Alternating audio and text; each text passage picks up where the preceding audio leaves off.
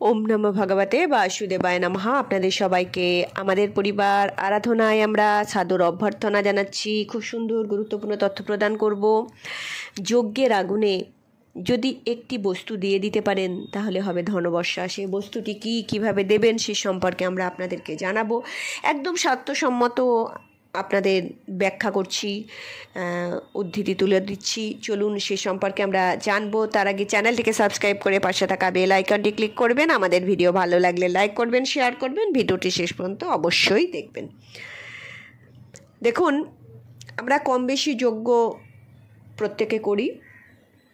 এটা যদি আপনি আপনার আত্মীয় স্বজনের বাড়িতেও যজ্ঞ হচ্ছে, সেখানেও আপনি যে অংশগ্রহণ করতে পারেন, কিন্তু বেটার টু সে আপনার বাড়িতে হলে খুব ভালো হয়।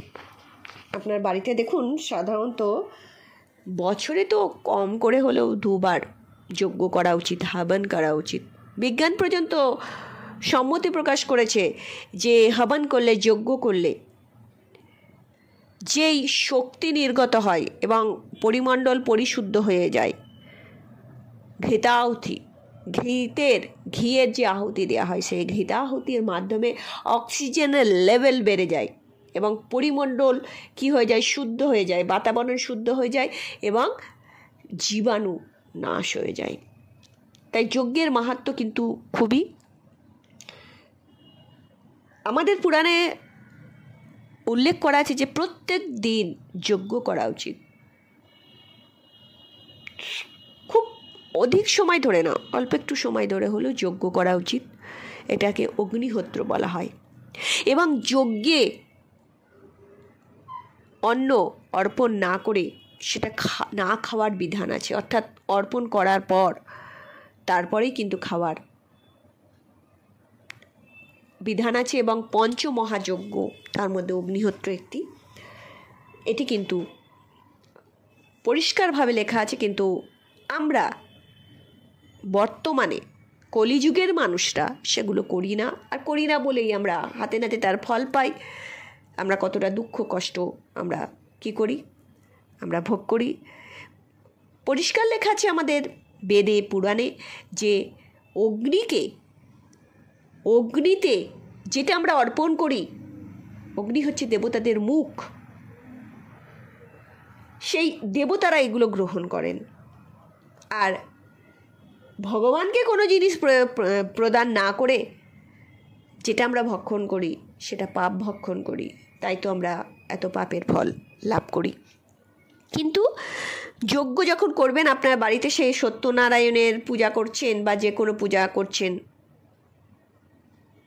বা আপনি গৃহপ্রবেশ করছেন, যে কোনো পুজোয় আপনি যজ্ঞ করছেন, কোনো অসুবিধা নেই। যে কোনো পুজোয় যজ্ঞ করছেন সেটা কিন্তু সাত্ত্বিক, আবারও বলছি সাত্ত্বিক কারণের জন্য পূজা। সাত্ত্বিক মানে এর জন্যই বলতে চাইছি, কারণ অনিষ্ট করার জন্য অনেকে অনেক কিছু করেন। তন্ত্র মানেই কিন্তু খারাপ নয়, কিন্তু অনেকে তন্ত্রের মন্ত্রটাকে অন্যভাবে নিয়ে যেয়ে প্রয়োগ করেন। তারা বিভিন্ন দুরাত্মাকে প্রলোভিত করে, উত্তেজিত করে বিভিন্ন কর্মকাণ্ড করেন। সেই যজ্ঞের কথা বলছি না। সাত্ত্বিক পূজা পাঠের সময় যে যজ্ঞ করবেন, সেটি করার সময় আপনারা নারকেল প্রদান করবেন। নারকেলটাকে কিভাবে প্রদান করবেন? একটা গোটা নারকেল এনে দিয়ে দেবেন না, ফট করে ফেটে যাবে, কিন্তু আগুনই হয়তো নিভে যেতে পারে। আপনার যে হবন সামগ্রী আছে, যজ্ঞের যে সামগ্রী আছে, সেই সামগ্রীর মধ্যে পুরাণ থেকে কিন্তু তথ্য প্রদান করছি, সেখানে আপনি এটি প্রদান করবেন। কিভাবে সেটি বলছি, কেন করবেন তার আগে শুনুন। এটি এই জন্যই করবেন যে নারকেল হচ্ছে সমৃদ্ধি কারক। নারকেল আমাদের জীবনে সমৃদ্ধি এনে দেয়, সৌভাগ্য এনে দেয়। এখানে গণেশজির 4টি সম্পদ লুকিয়ে আছে। তাই পুরাণ অনুসারে যখন আপনি হবন হবে, যখন যজ্ঞ হবে, সেই যজ্ঞের মধ্যে এটি ছোট ছোট ছোট ছোট করে, একদম ছোট ছোট ছোট ছোট করে আপনি মিশিয়ে দিন হবন সামগ্রীর মধ্যে।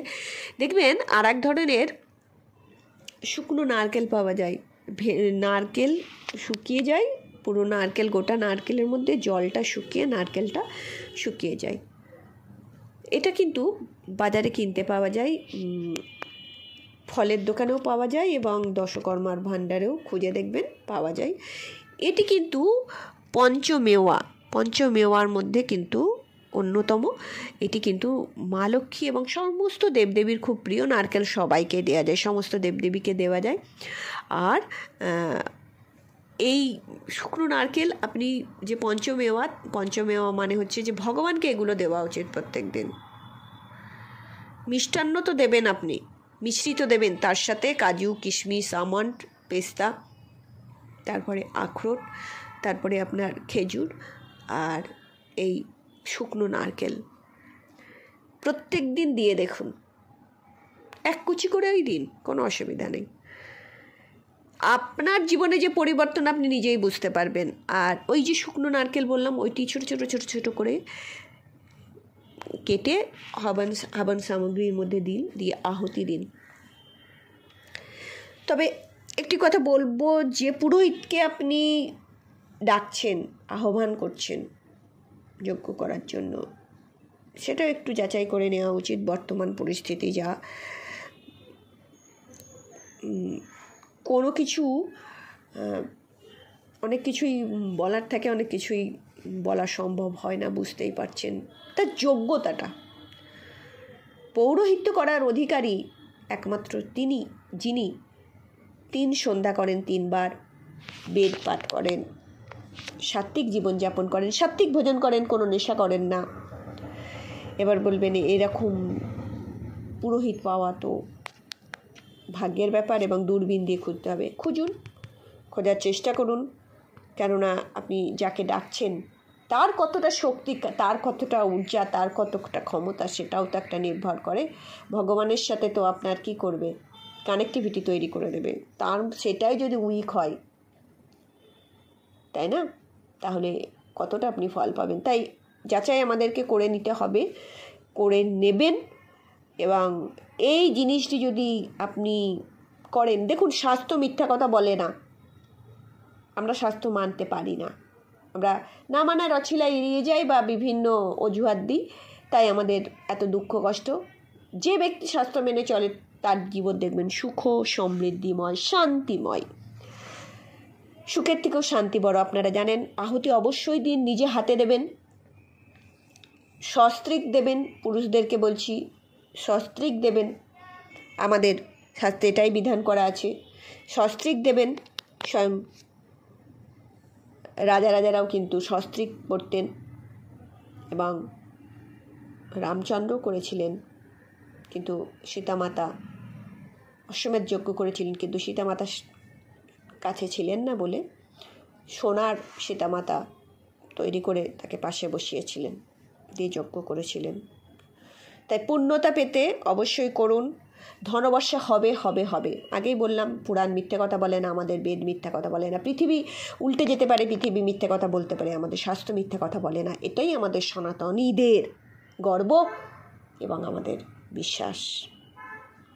ভালো থাকবেন। হরি ওম।